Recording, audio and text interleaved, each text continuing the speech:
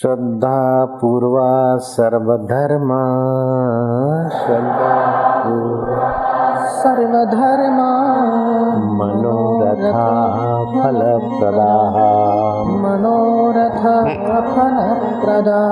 श्रद्धया साध्यते सर्वं, श्रद्धया साध्यते सर्वं, श्रद्धया तुष्यते हरि, श्रद्धया तुष्यते हरिः। श्रद्धा पूर्वा सर्वधर्मा।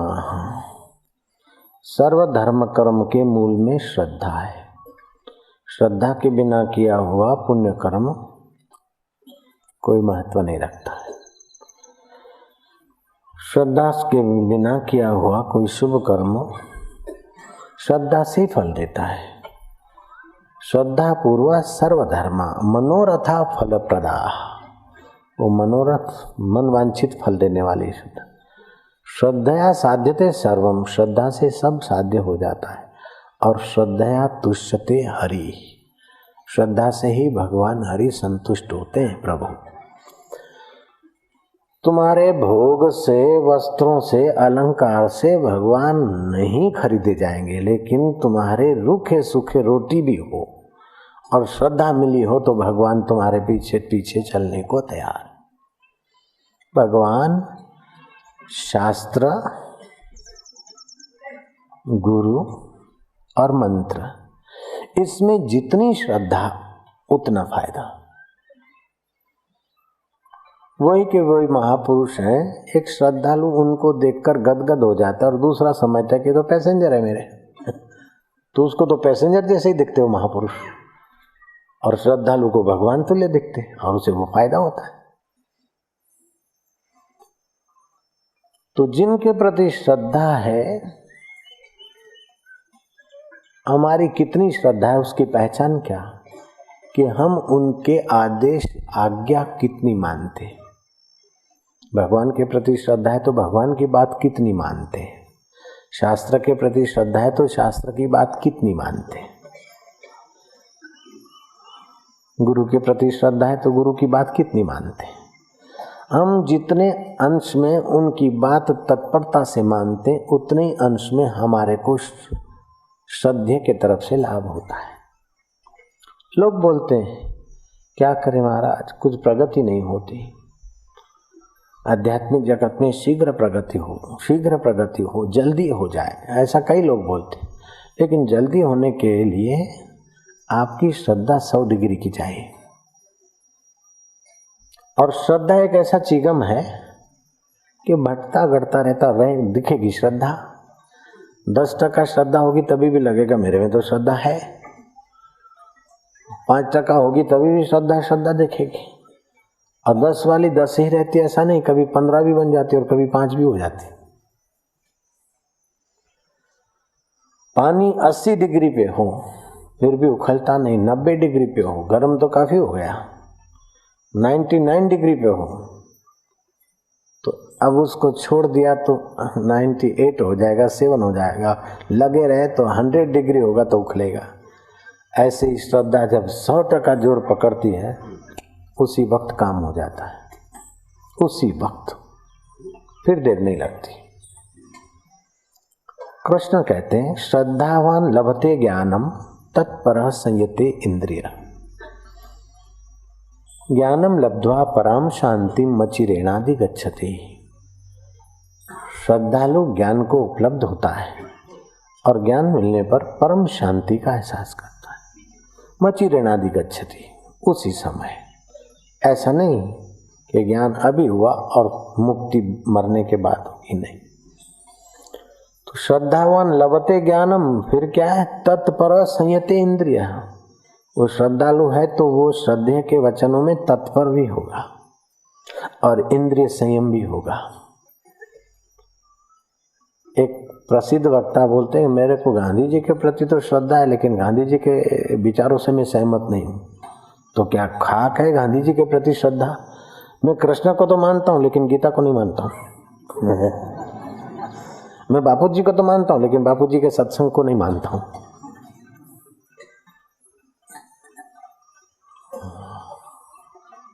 व्यक्ति के विचार ही तो व्यक्ति का व्यक्तित्व है, भगवान के विचार ही तो भगवत तत्व है, शास्त्र के विचार ही तो शास्त्र है।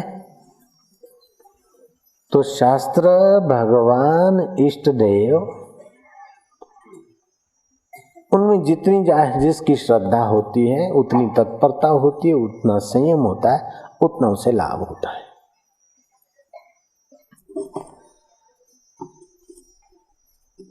कभी कभार बड़े बड़े तपी जपी यूं ही रह जाते हैं और श्रद्धालु फायदा उठा के चला जाता है। लेकिन श्रद्धालु खाली श्रद्धा नहीं, श्रद्धा के साथ तत्परता और संयम हो, समझ हो। नहीं तो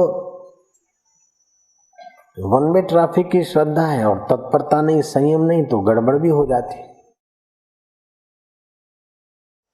एक भगत था, मोको तो बाको बिहारी मिलेगो तभी खाऊंगो, नहीं तो नहीं खाऊंगो। बाको बिहारी खिलाएगो तब खाऊंगो।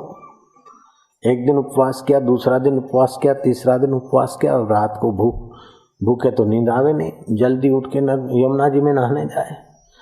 चौथे दिन प्रभात को गया तो वाह, बाके बिहारी लाल की जय। यमुना तट पर पीपल के पेड़ के नीचे जो चबूतरा था, वहां हलवा पड़ा था। सुबह 4, 4:30 बजे भगत ने देखा कि बांका बिहारी ने परीक्षा ले ली, मुंह पर वो खूब राजी है, हलवा धर के वो हलवा खाया। दूसरे दिन आया तो भी हलवा मिले। उसने जाकर एक संत को कहा कि मैंने श्रद्धा किया, ओ बाके बिहार की बात गीता बीता तो मैं कछु मानू नहीं, और साधु संत की बात में कछु नहीं मानू जानू। मैं तो बांके बिहारी पे श्रद्धा किया और बांके बिहारी मेरे लिए रोज हलवा छोड़ के जाते। बाबा ने कहा कहाँ पर? बोले फलाने घाट पर। कैसा होता है? बोले बस किसी कागज पर रख के चले जाते। बाबा जी आ गए। सुबह 3 बजे देखा कि बांका बिहारी कैसे इधर हलवा रखता है। देखा कि एक बूढ़ा है, उसको वायु की तकलीफ गोड्डे पर, और वैद्यराज ने कहा है कि गुड़ का, तिलों के तेल में गुड़ का हलवा बनाकर गोड्डे को लगा दिया करो, बांध के सोया करो रात को। तो सुबह यमुना जी में नहाने जाता है तो वो हलवा निकाल के वहां रखता है कि कुत्ते कौवे खा जाएंगे। और ये भगत राज मान रहे के बांको बिहारी धर के जा रहे हो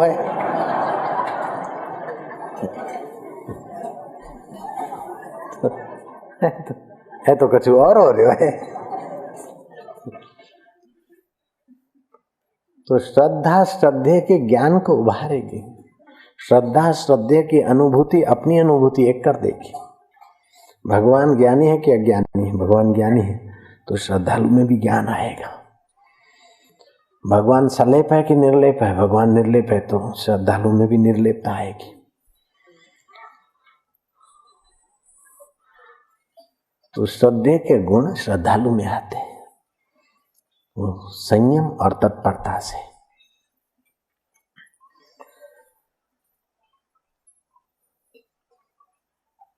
श्रद्धावान लभते ज्ञानम तत्पर संयते इंद्रिय ज्ञानम लब्ध्वा पराम शांति मचिरेणादि गच्छति।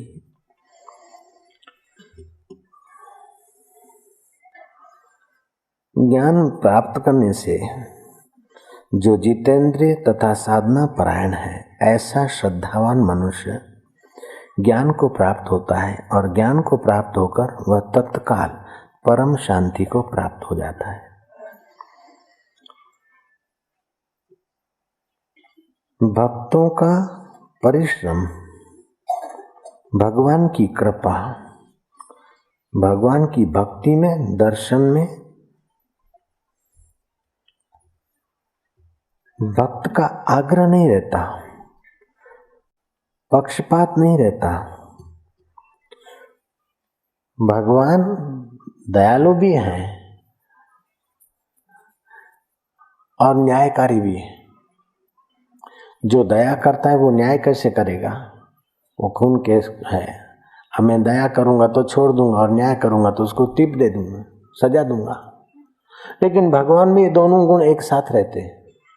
जो न्याय करेगा वो दया नहीं कर सकेगा, और जो दया करेगा वो न्याय पूरा नहीं करेगा। लेकिन भगवान में ये दोनों गुण एक साथ रहते हैं। भगवान दयालु भी है, न्यायकारी भी है।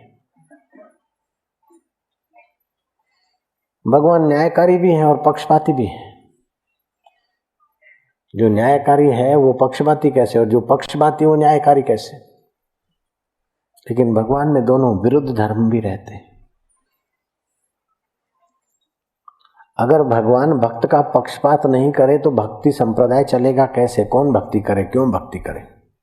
जो कर्म करते वो फल मिलना है, तो फिर भगवान की भक्ति का फल क्या? क्यों करे भक्ति? जयराम जी की। अच्छा, तो भगवान पक्षपात करते तो न्यायकारी कैसे? लेकिन भगवान में ये दोनों बातें रहती। बाप मां नहीं हो सकता, बेटा बाप नहीं होता, सासू बहू नहीं बनती, लेकिन भगवान सासू भी बना बैठा है, बहू भी बना बैठा है, बाप भी बना बैठा है, बेटा भी बना बैठा है, पत्नी भी बना बैठा है और पुरुष भी बना बैठा है कि नहीं? विरुद्ध धर्म। जो चैतन्य आत्मा पुरुष है वही चैतन्य आत्मा स्त्री है। तो भगवान तो स्त्री में भी वैसे का वैसा, पुरुष में भी वैसे का वैसा। ईसाई नन्न ने पढ़ा कि भगवान सदा है, सर्वत्र है। वो भगवान यीशु को मान लेते तो वो सर्वत्र है। तो पढ़ते पढ़ते एकांत में रहते उसको लगा कि भगवान सर्वत्र है। तो बाथरूम में जाए लेकिन बाथरूम न करे, वापस आ जाए। डबल के लिए जाए लेकिन न करे डबल, वापस आ जाए। ब्रेक लगा दी। 1 दिन हुआ, 2 दिन हुआ, बीमार हो गई। दूसरी नन्हों ने पूछा कि आखिर क्या बात है? बोले मैं तो पढ़ती हूँ और वो भगवान सर्वत्र है, सदा है। और सर्वत्र है तो बाथरूम में भी है, तो मैं उनके आगे कपड़े कैसे? सर्वत्र है तो लेटरिन में भी है, सर्वत्र है तो मैं उनके आगे ऐसे नग्न उसे।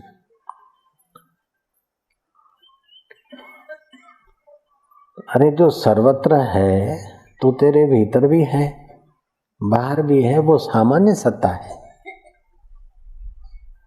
आकृति विशेष में हो लज्जा होती है, सामान्य रूप से सर्वत्र है तो वस्त्रों में भी तो है, वस्त्रों के भीतर भी तो है, तेरे भीतर भी है। उसको बहुत समझाया कि ऑपरेशन कराओगे, डॉक्टर और हकीम भी करेंगे तो ये कचरा निकलेगा, तभी तो स्वस्थ रहोगी। तो एक देशी भाव में आ गई, नहीं तत्परता है, ज्ञान भी चाहिए।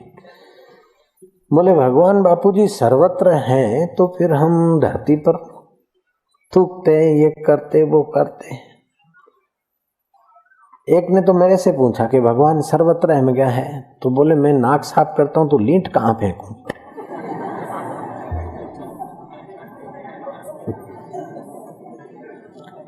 वो पूछने वाले अभी यहीं हैं, इसी मंडप में हैं। 10 साल पहले पूछा था उन्होंने। तो भाई आपके शरीर में 100, 1000, 2000, लाख, 2 लाख नहीं, करोड़ों जीवाणु हैं। so many bacteria, so many, गिन कर नहीं कह सकते तो 1 million, 2 million, 1 billion, no, so many bacteria, so many, बहुत जीवाणु हैं। उसको तो अभी विज्ञानी गिन नहीं पाए कि इतने जीवाणु रहते एक आदमी में। गिन पाए क्या? नहीं। बोलते करोड़ों करोड़ों। आप गिलास में मुंह लगाते हैं तो लाखों कीटाणु उसके साथ जुड़ जाते। आप श्वास लेते हैं तो सैकड़ों कीटाणु लेते हैं और श्वास में सैकड़ों कीटाणु छोड़ते हैं। Correct doctor?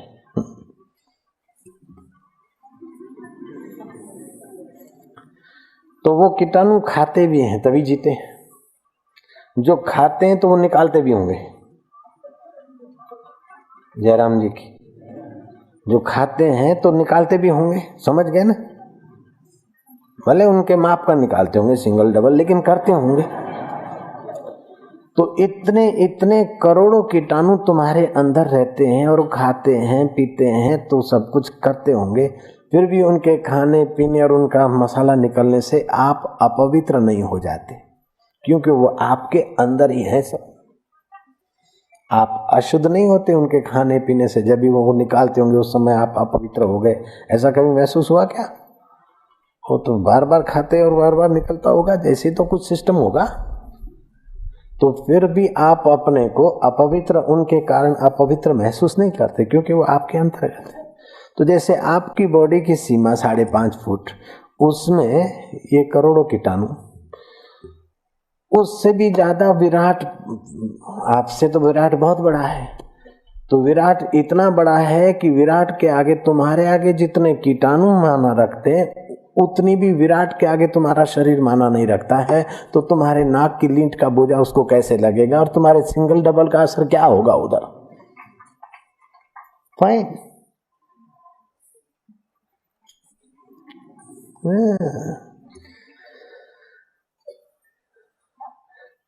तो तत्परता हो तो विराट के स्वरूप का पता चले, नहीं तो सुन लिया भगवान सर्वत्र है, भगवान सर्वत्र है।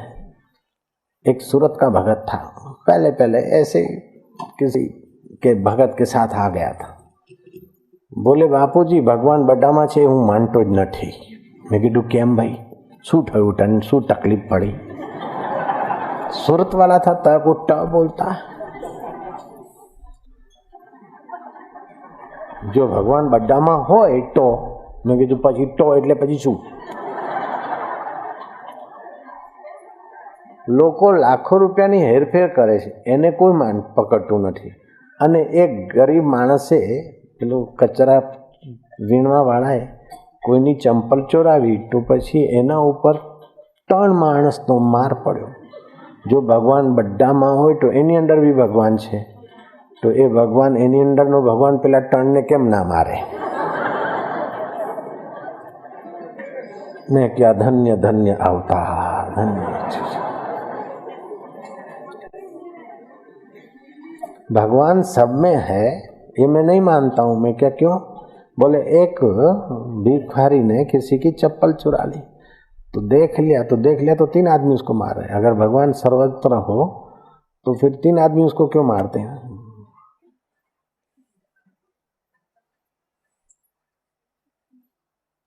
तो इस छोटे मोटे कुतर्कों से भगवान के अस्तित्व को खतरा नहीं होता। भगवान तो सर्वव्यापक है, सर्वसत्तामान है। मारना न मारना ये मन के फुरने होते, मन भिन्न भिन्न होते। दूसरा एक प्रोफेसर मिला, बोले बापूजी मैं आपके गुरुजी को तो मानता हूँ, लेकिन उनकी बातें मैं नहीं मानता हूँ। मैं क्या, फिर क्या तकलीफ है? बोले गुरुजी बोलते हैं कि भगवान सर्वत्र है। अगर भगवान सर्वत्र होए तो एक आदमी दुखी हो तो सब दुखी होना चाहिए। एक आदमी खाए तो सबका पेट भर जाना चाहिए। जब सब में है तो यहाँ भगवान खुश हो तो सब में खुश हो जाना चाहिए। तो एक आदमी मरे, आत्मा सब में एक है, तो एक आदमी मर जाए तो सब मरने चाहिए। मैं क्या, तुम प्रोफेसर हो? बोले हाँ। मैं क्या, तुम तो ऐसी बात करते हो कि पावर हाउस की, फलाने पावर हाउस की लाइन पूरे अहमदाबाद में जाती है, तो एक के घर का फ्यूज उड़ जाए तो सारे अहमदाबाद वालों का फ्यूज उड़ना चाहिए। एक पंखा चालू हो तो सब पंखे चालू हो जाने चाहिए। एक पंखा बंद करो तो सारे अहमदाबाद के पंखे बंद हो जाने चाहिए। तुम तो ये बात बोल रहे। भाई चैतन्य सर्वत्र एक है, लेकिन अंतःकरण तो भिन्न भिन्न है। लाइट का सप्लाई जो पावर हाउस से एक है, लेकिन लाइनें तो अलग अलग जाती है। लोड बटा हुआ है, इंस्ट्रूमेंट अलग अलग है। तुम्हारे घर में लाइट आती है उसी मीटर से, लेकिन तुम गीजर में फिट करते तो पानी गर्म करेगी, फ्रिज में फिट करते तो पानी ठंडा करेगी। सत्ता तो दोनों में लाइट की है। एसी में करोगे तो हवा ठंडी करेगी, और कपड़ा प्रेस करने की उसमें प्रेस में करोगे तो कपड़े को गर्म करेगी। एसी में तो ठंडक देती है वही लाइट, और हीटर में गर्मी देती है। लाइट तो वही की हुई, इंस्ट्रूमेंट जैसे होंगे ऐसा होगा। ऐसी सत्ता भगवान की एक है। जैसा जैसा अंतःकरण होगा, जैसा जैसा भाव होगा, जैसा जैसा विचार होगा, ऐसा ऐसा उसका आप उपयोग करते हैं। इसलिए कर्म करने में तुम स्वतंत्र हो, लेकिन कर्म अगर ईश्वर और विधि के, भगवान के विधान के अनुसार करते हो तो तुम्हारी उन्नति होती है, और विधान के खिलाफ करते हो तो धीरे धीरे भगवत सत्ता तुमको नीच योनियों में ले जाती है। तो भगवान दयालु कैसे हुए? भगवान दयालु इसलिए हैं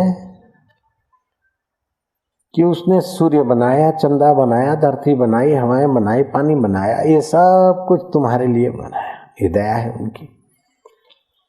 फिर तुम उनके विधान के अनुसार करते हो तो तुम्हें उन्नत करते हैं, प्रोग्रेस हो जाता है। और नहीं भी करते हो तभी भी वो इंतजार तो कर रहे हैं।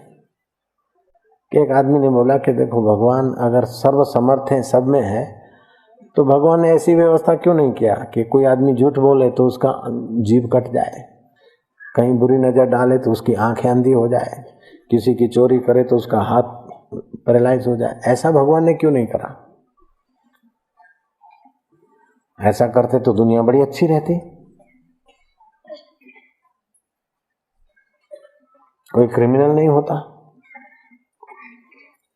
तो हम आपसे पूछते हैं कि आपका बेटा चोरी करे तो आप उसका हाथ काटने को तैयार हो? बोले नहीं। बुरी नजर से देखे तो उसकी आंख निकालने को आप राजी हो? बोले नहीं। झूठ बोले या बुरा कुछ बोले तो जीभ काटने को आप राजी हो? बोले नहीं। क्यों? कि अपना बेटा है, आज नहीं तो कल सुधर जाएगा। आपको दया आती है अपने बेटे के प्रति? आती कि नहीं आती? आती। तो तुम्हारा बेटा तो 10-20 साल से है, वो भगवान का बेटा अनादिकाल से, तो भगवान भी दया करते कि चलो झूठ बोलता है तभी भी उसको जीभ चलती है, चोरी करता है तभी भी चलती है, आज नहीं तो कल, इस जन्म में नहीं तो 1000 जन्म के बाद भी बच्चा सुधर जाएगा, इसलिए दयालु है। और आप जब तक शुभ करते हैं तो आपको शुभ का फल देता है, न्यायकारी भी। तो भगवान में दयालुता और न्यायकारिता है। अच्छा, और समझो आपने गड़बड़ किया तभी भी उसका दंड देते हैं, तो दंड देते हैं आपको सुधरने के लिए, दुश्मनी से नहीं। पांडवों के प्रति भगवान कोमलता बरतते, उनकी सज्जनता है, लेकिन कौरवों का भी हित ही चाहते हैं कि चलो ये जल्दी फैसला हो जाए तो आगे कई इनके जन्मों के कर्म ज्यादा न बने, तो इनको मरवाना भी दया है और उनको जितवाना भी दया है और न्याय है। जैसे डॉक्टर ऑपरेशन करता है कि भाई नहीं तो आगे नस खराब हो जाएगी, ऐसे ही भगवान जब दंड देते, सजा देते, तो भी उनकी दया होता है और न्यायकारिता भी है। वो किसी की नौकरी नहीं कर रहे हैं अथवा किसी से राग द्वेष से नहीं कर रहे हैं, जीवों के कल्याण के लिए उनकी व्यवस्था है। इसलिए भगवान में विरुद्ध धर्म भी रहते हैं, दयालुता भी रहती है, न्यायकारिता भी रहती। अब उस दयालु और न्यायकारी भगवान के भगवत स्वभाव में थोड़ी देर आप हम शांत हो जाएं।